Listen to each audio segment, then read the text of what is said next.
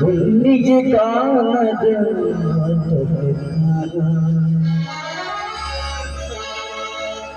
ಅಮ್ಮ ಹಸಿವು ತಾಳಲಾರೆ. ಯಾರಾದರೂ ಒಂದಿಟ್ಟು ಪ್ರಸಾದ ಕಟ್ಟಿ ಪುಣ್ಯ ಕಟ್ಟುವಳೆಮ್ಮ. 3 ದಿವಸ ಆಯ್ತು ಹೊಟ್ಟೆಗೆ ಹಿಡಿಗೆ ಅನ್ನವಿಲ್ಲ. ಮುಂಜಾನೆಯಿಂದ ಸಾಯಂಕಾಲವರೆಗೂ ದುಡಿದರೂ ಕೂಡ ಒಬ್ಬತ್ತಿನ ಗಂಜಿಗೂ ಗೊತ್ತಿಲ್ಲ ಈಗಿನ ಕಾಲದಲ್ಲಿ. ಅಂಥದ್ರಲ್ಲಿ ನಿನಗೆ ಎಲ್ಲಿಂದ ತರಬೇಕಪ್ಪ ಪ್ರಸಾದ? ಅದೆಲ್ಲ ಮಾತನಾಡಬಾರದಮ್ಮ. ದೇವರು ಪರೀಕ್ಷೆಗಾಗಿ ಇಂಥವನ್ನೇ ಕಳಿಸಿರ್ತಾರೆ. ಹಸಿದು ಬಂದ ಕೊಟ್ಟಿದ್ದು ತನಗೆ ಬಚ್ಚಿಟ್ಟಿದ್ದ ಪರಿಗೆ ಕೊಟ್ಟಿದ್ದು ಕೆಟ್ಟತನ ಬೇಡ, ಮುಂದಕ್ಕೆ ಕಟ್ಟುವುದು ಬುತ್ತಿ ಕೂಡಲು ಸಂಗಮದೇವ ಎಂದು ಬಸವಣ್ಣವರು ಹೇಳಿದನಮ್ಮ.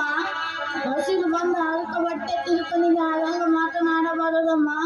ಶಾಲೆಯಲ್ಲಿ ಮಧ್ಯಾಹ್ನ ಊಟದ ಪರವಾಗಿ ಕಟ್ಟಿದ ಬುತ್ತಿ ಇನ್ನೂ ಹಾಗೆ ಇದೆ, ಅದನ್ನೇ ಕೊಟ್ಟು ಬಿಡುತ್ತೇನಮ್ಮ. ಶಶಿ, ಮನೆಯಿಂದ ತಂದ ಊಟವನ್ನು ಈ ತಿರುಕನಿಗೆ ಕೊಡ್ತಾ ಇದೆಯಲ್ಲ, ಬಾ. ನೀನು ಮನೆಗೆ ಬಂದ ಮೇಲೆ ನಿನ್ನನ್ನು ವಿಚಾರಿಸ್ಕೊಳ್ತೇನೆ. ಬಾ ಶಶಿ, ಮನೆಗೆ ಹೋಗೋಣ. ನಾನು ಮಾಮ ಬಂದ ಮೇಲೆ ಸುಳ್ಳು ಹೇಳಿ ಬೆಳೆಸುತ್ತೇನೆ. ತೆಗೆದುಕೊಟ್ಟಪ್ಪ ಅನ್ನ.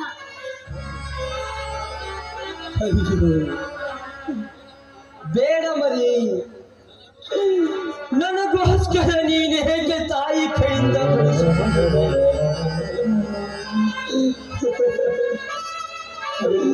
ನಾನು ಮುದುಕನಪ್ಪ. ನನಗೆ ಹಸಿವು ತಡೆದುಕೊಳ್ಳುವ ಶಕ್ತಿ ಇದೆ. ನೀನು ಬಾಳಿ ಬದುಕಬೇಕಾದವನು. ಬೇಡಪ್ಪ, ಹೋಗಪ್ಪ, ಹೋಗು. ಹುಚ್ಚಪ್ಪ ಮುದುಕನಾಗಲಿಲ್ಲ, ಚಿಕ್ಕವನಾಗಲಿ ಜೀವ ಮಾತು ಅಂದಲ್ಲವೇ ಇರೋದು ನೀನು. ಉಣ್ಣುವರೆಗೂ ನಾನು ಒಂದೇ ಹೆಜ್ಜೆ ಮುಂದೆ ಇಡುವುದಿಲ್ಲ. ಹೆಜ್ಜೆ ಇದಂತವ ಡಬ್ಬಿ ಜಲ್ದಿ ಖಾಲಿ ಮಾಡಿಕೊಡು.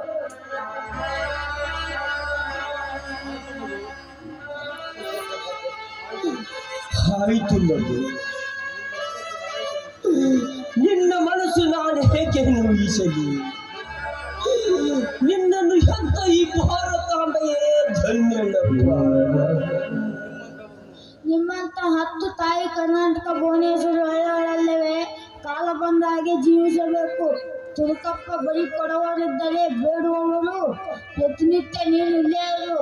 ನಮ್ಮಮ್ಮ ಮಾಡಿದ ಬಿಸಿ ಬಿಸಿ ಅನ್ನ ನಿನಗೆ ಕೊಟ್ಟು ನಾನು ಶಾಲೆಗೆ ಹೋಗುತ್ತೇನೆ. ಆಯಿತು, ಓದಿ ವಿದ್ಯಾವಂತವನಾಗಿ ಬಾಳಪ್ಪ. ದೇವರು ನಿನಗೆ ಒಳ್ಳೆಯದು ಮಾಡಲಿ ಮಗು. ಒಳ್ಳೇದು ಮಾಡಪ್ಪ.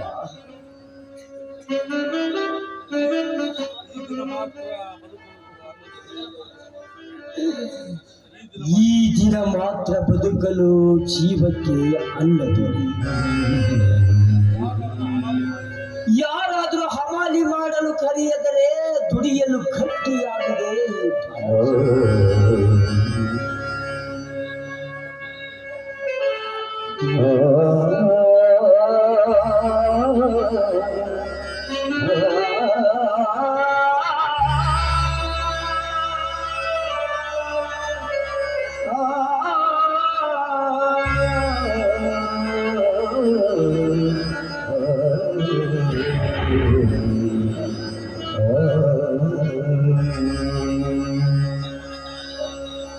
ಯಾರ ಮುಖವನೋದಲಿ ಯಾರ ಬಳಿಯ ಬರುತ್ತಲಿ ಯಾರ ಮುಖವನೋದಲಿ ಯಾರ ಬಳಿಯ ಬರುತ್ತಲಿ ಕುಣಿದು ಕಾಣದಲ್ಲಿ ನಿಮ್ಮ ಮರದ ಬಾಗಿಲಲ್ಲಿ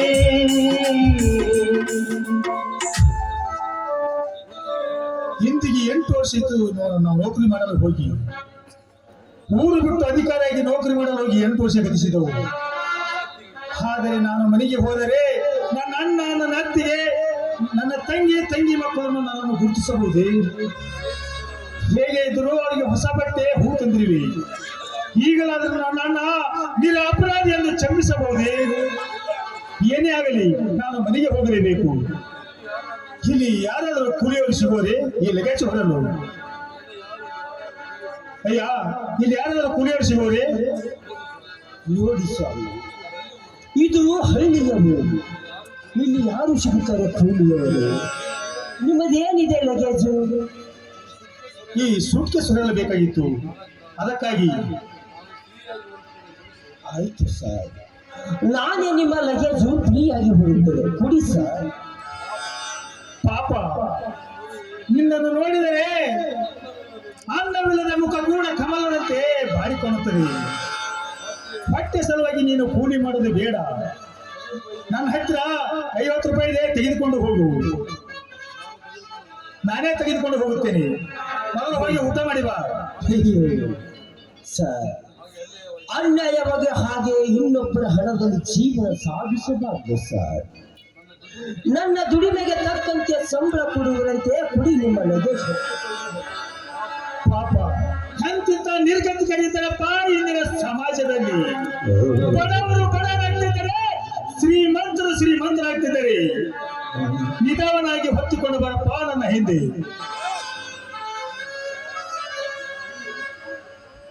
ಯಾರ ಮುಖವನೋದಲಿ ಯಾರ ಬಳಿಯ ಬರುತ್ತಲಿ ಯಾರ ಮುಖವನೋದಲಿ ಯಾರ ಬಳಿಯ ಬರುತ್ತಲಿ ಕಣ್ಣಿಟ್ಟು ಕಾಣದಲ್ಲಿ ನಿಮ್ಮ ಮರದ ಬಾಳಿನಲ್ಲಿ ಕಣ್ಣಿಟ್ಟು ಕಾಣದಲ್ಲಿ ನಿಮ್ಮ ಮರದ ಬಾಳಿನಲ್ಲಿ ಬಸವೇಶ್ವರ ಗುರುವೇ ನಿಮ್ಮ ಬಸವೇಶ್ವರ ಗುರುವೇ ನಿಮ್ಮ